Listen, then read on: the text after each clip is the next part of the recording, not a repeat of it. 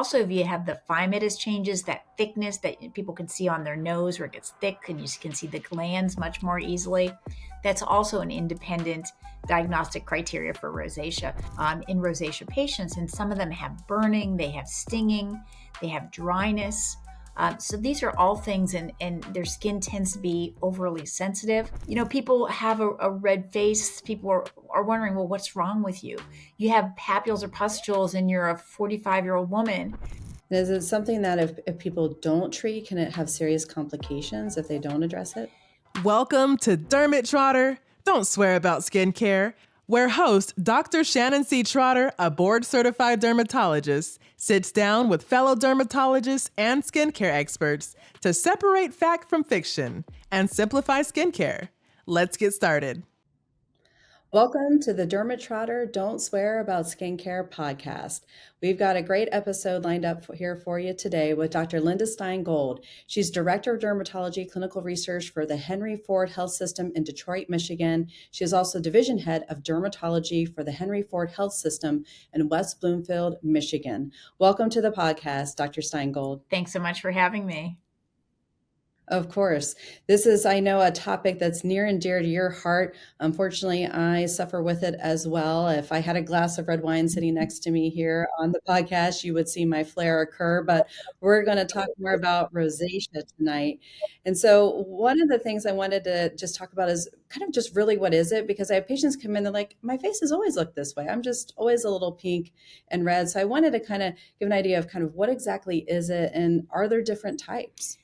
That's a really good question because a lot of people think that rosacea is just another form of acne. And the truth is, it's not. It's actually its own distinct disease. And we know at its core, it's an abnormality of the innate immune system. Basically, things are revved up too much, and our body's immune system overreacts and causes that redness and inflammation and bumps. And so when we talk about the acne standpoint, that's actually an excellent point because people do come in and say, oh, I'm breaking out. I must have adult acne. And I don't think they even appreciate maybe how that's a little different. If somebody was trying to figure out, do I have adult acne or is this maybe more like along the lines of rosacea? How do you help them or what do you look at in the skin to kind of help make that distinction? It can be challenging even for us, but there are a few keys to think about. First of all, when making the diagnosis of rosacea, if you have background redness that's always there, that's an independent diagnostic criteria for rosacea.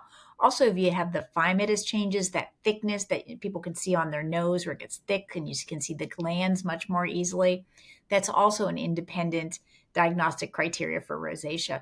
But not everybody has that. Sometimes people have some background erythema, but you can also have that flushing and blushing. You can have the papules and pustules, little blood vessels or telangiectasias. And you can also have eye involvement. So there are a lot of different characteristics of rosacea. And we actually look at the individual patient and say, okay, you have rosacea and you have these individual features as well, because it's important to identify what aspects of rosacea any patient has, because the treatment can be multifactorial. And we actually look at the individual parts of the diagnosis and parts of what that patient has in order to make our game plan for treatment. Yes, I think that's where it gets confusing, right? Because to a patient, it might be normal, but then when you think about they're coming in with the redness or the acne lesions, they're wondering, okay, is this a part of the rosacea spectrum or acne spectrum? And then I think also too, people are wondering, does everyone get rosacea? Is it something anyone could potentially get? Or are there people that are more susceptible to it as well? We think about especially women in their 50s who have European ancestry, and that's true. But you have to realize anybody can get it. I live in Detroit and I practice in Michigan, and we have a lot of patients that have very diverse backgrounds. I see rosacea in patients with skin of color, and it can look very different, but they still have fairly classic features, including the redness and the papules and the pustules. One key, though, in order to differentiate rosacea from acne is with rosacea, you don't get comedones. So you don't see the blackheads and the whiteheads. So that's kind of interesting. And also what's kind of different about the papules and pustules of rosacea, especially in a patient with skin of color, when those lesions heal, you don't see the post-inflammatory hyperpigmentation the same way you do in an acne patient. So it's Hmm. kind of interesting. You can Yeah, see it, yeah. but if somebody has skin of color and they've got some papules and they go away, they're definitely going to have really pronounced hyperpigmentation, and we just don't see it the same way in a rosacea patient. But with the presentations and understanding just kind of why it happens, you mentioned the immune system kind of rubbed up and off balance. I had somebody come in and they go, I read that I've got mites, right? These mites are causing me to get rosacea or the bacteria on my skin. Can you talk a little bit more about sort of the theory behind, the all the normal microorganisms that live on the skin that potentially might be contributing to rosacea? It is interesting, years ago when people would bring up the idea of Demodex and rosacea, a lot of people would say, oh, that's just not true. We don't really see that. It's not a major factor. But we're starting to understand, and over the past many years, we've come to understand, yes, Demodex are important in rosacea. Everybody has some Demodex that live on their skin. We know some rosacea patients have an increase in the Demodex, and these are little organisms that live kind of head down in the hair follicles, and at night they kind of come out and migrate. They're normal. There's different types of Demodex, though. There are different species, and we know one of the species tends to be more inflammatory than the other one. And we know in Hmm. rosacea patients, they tend to have more of that particular species.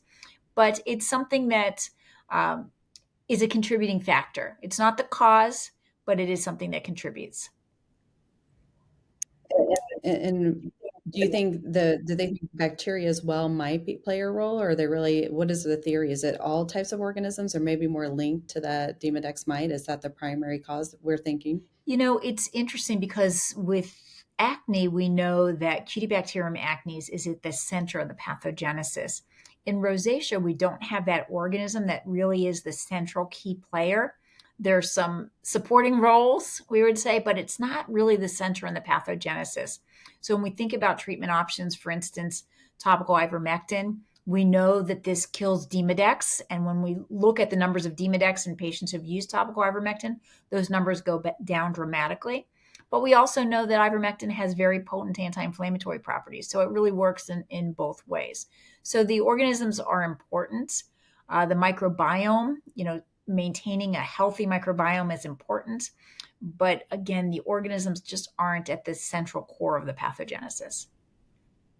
Yeah, I like that you kind of point that out because that distinction, I think for a lot of people, they always think, things on the skin to a degree. I think patients in general, they can always think something's infectious or it's contagious and, maybe this is more reactive, but, it sounds like it's definitely more complex, our understanding of kind of that pathophysiology, how that all kind of comes together.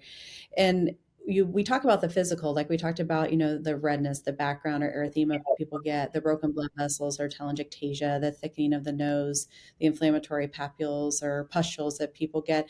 What about like physical symptoms? Do you feel like you have rosacea patients that come in that report changes beyond maybe just what you see in rosacea skin? That's such an important issue because a lot of people say my skin is so sensitive. And we have these secondary criteria in rosacea patients, and some of them have burning, they have stinging, they have dryness. So these are all things, and their skin tends to be overly sensitive. For some rosacea patients, they get irritated when they wash their face. They get irritated when they put Mm. moisturizer on.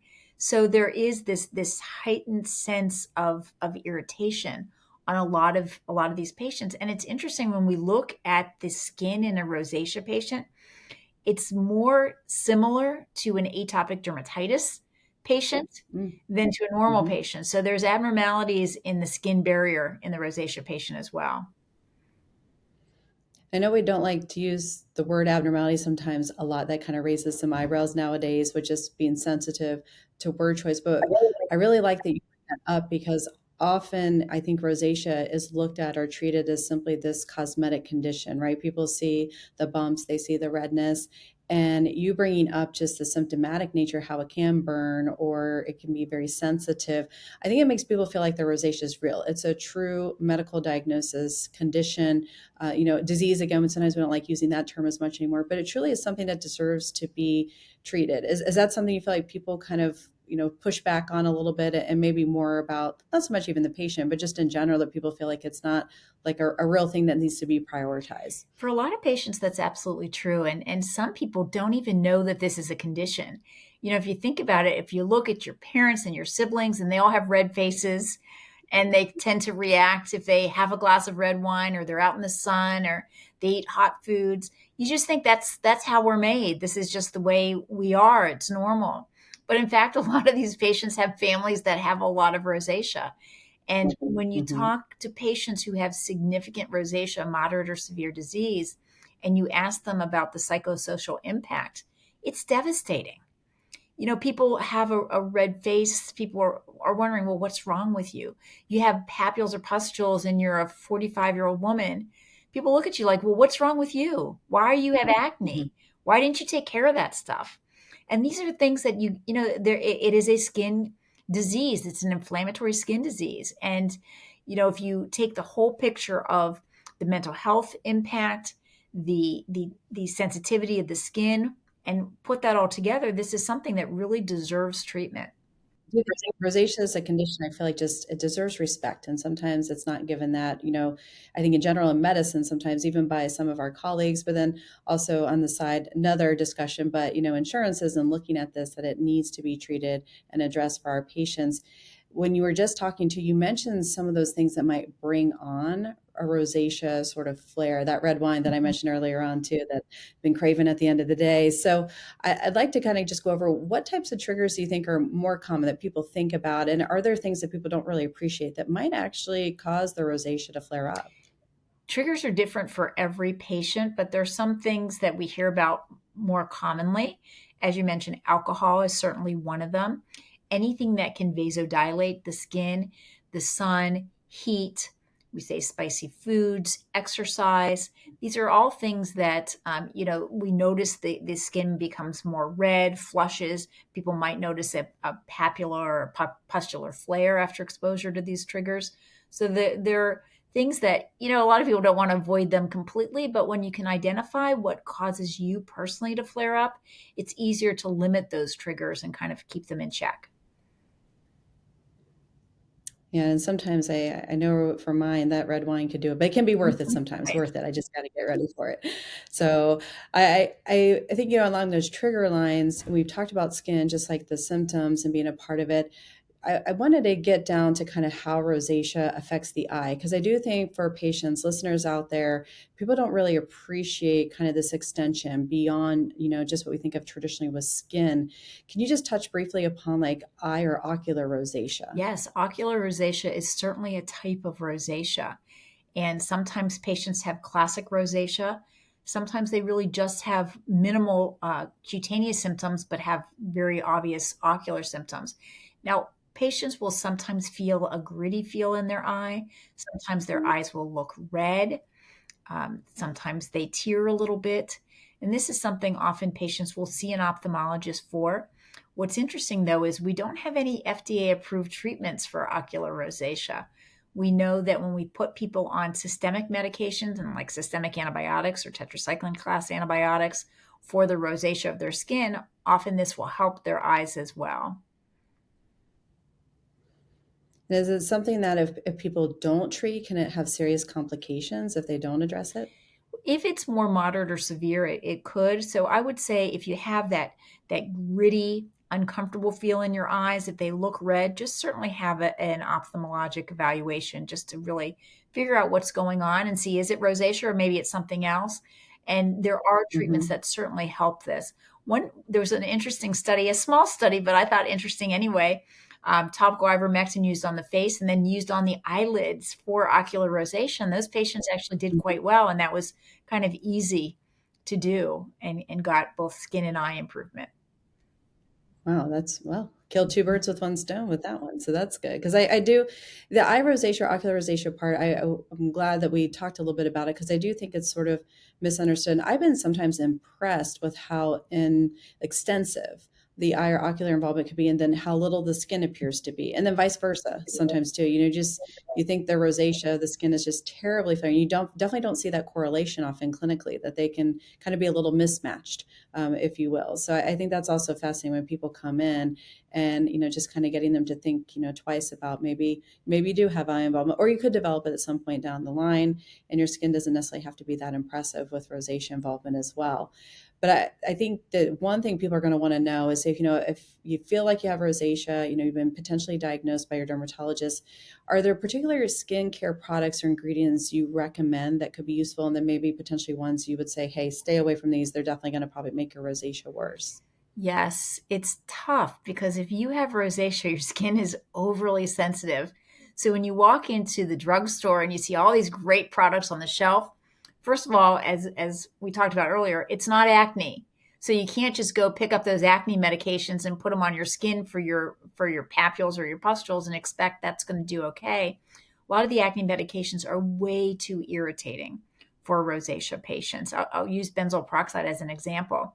We have an silica encapsulated benzoyl peroxide that's a prescription that actually calms the skin down in addition to reducing the papules and the pustules. But if you go to Target and you buy 5% benzoyl peroxide from over the counter, just conventional benzoyl peroxide, and put that on a patient with rosacea, you can probably hear them screaming from here. It's going to be just way too irritating. And then Mm-hmm. other things are just for especially women who are looking for products that might help with photoaging and the maintenance of healthy skin. Some of those products are not going to be good for a rosacea patient.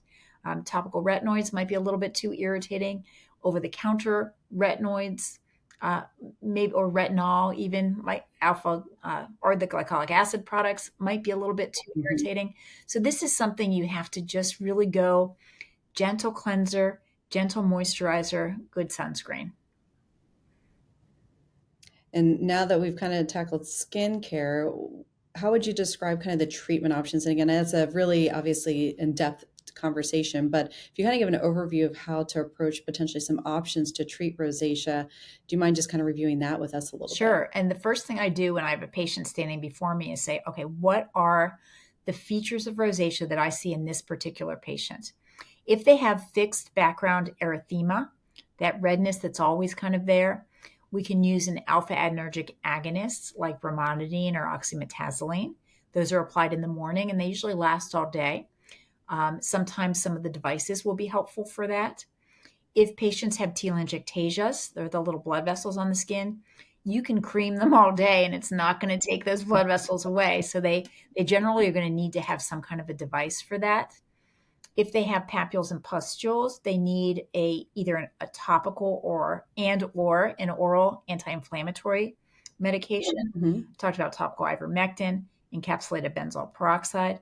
We have oral antibiotics, including submicrobial dose doxycycline. We have a low dose minocycline that was recently FDA approved that's highly effective. The traditional drugs like azelaic acid and metronidazole, maybe not quite as effective as some of the newer ones, but they still are FDA approved. And then if somebody has a phymatous lesion, the thickness, it depends on if it's still inflammatory. Maybe you'll use a systemic antibiotic or oral isotretinoin. If it's more scarred, you're really going to need a surgical approach to that.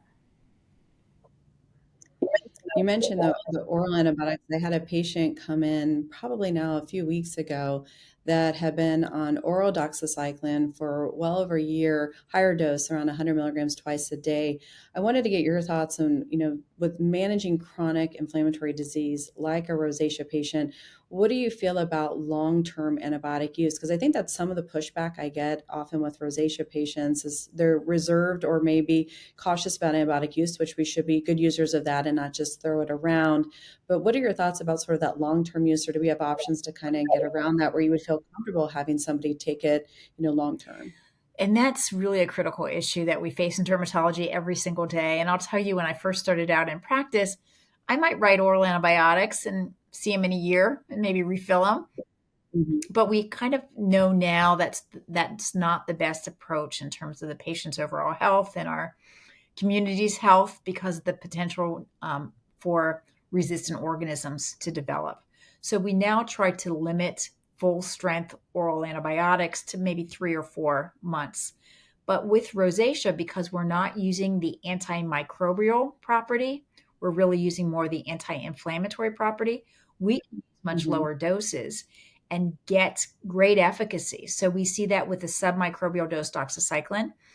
That has anti-inflammatory effects, but it doesn't go above the killing line. So you can use this for years at a time, and we haven't seen the development of bacterial resistance. So that's great. And then we have the new minocycline that's a low dose extended release, also was studied.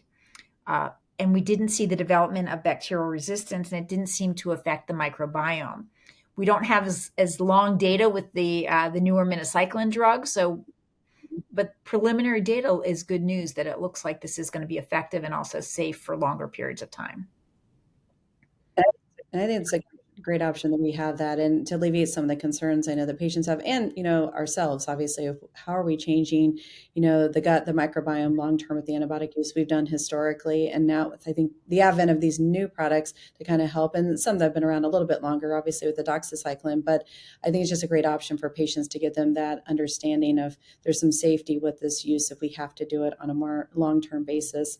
And I just think the concept is cool in explaining it to patients about anti-inflammatory benefits, because we all think about antibiotics, especially in the patient world. Oh, I got an infection, right? That's why we're using it. But to capitalize on kind of the benefit they offer to control inflammation, I just think the concept itself is very fascinating. And patients, I think, would appreciate that at the low dose. And I know one of my patients came in and asked about, and I don't, this is one of the things I wanted to talk with you. I know I sent this to you kind of earlier about this concept of the small intestinal bacterial overgrowth, like screening people. And I was like, well, this is something that I haven't thought about on a regular basis. And so I wanted to talk to you about what your thoughts were on it. Like, first, what is it, to kind of explain to people? And what do you think about its potential link to rosacea? And that's something, the link between small intestinal bacterial overgrowth and rosacea is something that had been looked at for quite a long time. And when we look at the data and look at the clinical trials, there are some studies that have shown that patients with rosacea are more likely to have that intestinal bacterial overgrowth. And there are some studies that have shown that if you can treat that with oral antibiotics, in some cases you can get the rosacea under control. And the thought is that the bacteria produce these inflammatory mediators, and they permeate through the intestinal wall and get into the systemic circulation and cause increased inflammation, including in the skin, causing rosacea. Now, it's interesting because recently we haven't talked about that so much at all. We don't talk about it in terms of our rosacea management and our guidelines, but it has been something that's out there. It's been out there for a long time. And there are some nice studies that have actually looked at trying to treat this. I don't normally recommend um, checking for it today, but Mhm. it's certainly something that people could think about. And we do know, we learned with psoriasis that inflammatory skin diseases are more than just skin deep. And with psoriasis, we learned that you're more likely to have cardiovascular disease and mental health issues and liver disease and kidney disease. And what's interesting is rosacea, maybe not to the same extent, but we do know that there are some comorbidities with rosacea as well. We know neurologic disorders, Parkinson's disease, Alzheimer's disease. We see an increase in rosacea. There have been a number of studies that are looking at a cardiovascular disorder association with rosacea, and then GI disorders and an association with rosacea, including Crohn's disease and irritable bowel disease, ulcerative colitis. So, I think we have more to really understand, but don't rule out that systemic inflammation and the link to other areas of inflammation. So, with all those conditions you just mentioned, if somebody's newly diagnosed with rosacea, does that necessarily mean they need to go see a cardiologist or talk to their doctor? Are there any, like, meaningful interventions that we really recommend based on some of those associations, or do you feel like the jury's still out on kind of how we make sense of it all? I don't know that we're there yet. I'll tell you, if I have a patient with severe psoriasis, I will tell them Hmm. you're more likely to die of a heart attack than somebody who has no psoriasis or mild disease. So I make sure that patients, whether it's a psoriasis patient or somebody with significant rosacea, make sure you have a primary care physician. I don't take on that challenge myself, but I certainly tell Mm-hmm. my patients, have a good physical done. Make sure you're up to date on all the testing that is appropriate for your age. And I don't know that it's recommended to have all these patients see a cardiologist, but certainly a primary care physician should be in Mm-hmm. all of these patients' lives. And then kind of lastly, I like to end with this because I feel like I'm getting more questions. You may have patients too that are asking about this. We've talked to kind of the whole spectrum of rosacea from diagnosis and clinical presentation, treatment. One of the areas of treatment I think that is definitely more popular now is looking for more natural ways or potential supplements that might actually assist in treating rosacea. Are there any supplements that you recommend or think carry their weight to be a part of a rosacea regimen? I don't recommend any oral supplements necessarily for rosacea. And, when we were doing the acne guidelines with the guidelines in 2016, I was responsible for the alternative medicine supplement kind of category, and we Mm-hmm. couldn't make any real recommendations for acne at that point either. I'll tell you something kind of interesting though. When we were talking about natural, we have a Mm-hmm. we have a drug that was actually developed from a sponge, and it was Mm-hmm. ground down and made into actually a mask. It was Mm-hmm. applied once a week, and we studied this for both acne and rosacea, and it was found to be quite effective. So it's kind of interesting. It's certainly a different mechanism of action. Yeah. Not to be anti-inflammatory. Can you imagine putting a mask on once a week that comes from a sponge? Uh, Mm-hmm. but there are some alternative treatments that are out there, and I think it's still exciting, and our minds are open to new mechanisms of action, new treatments. So hopefully we'll get even more and better treatments in the near future.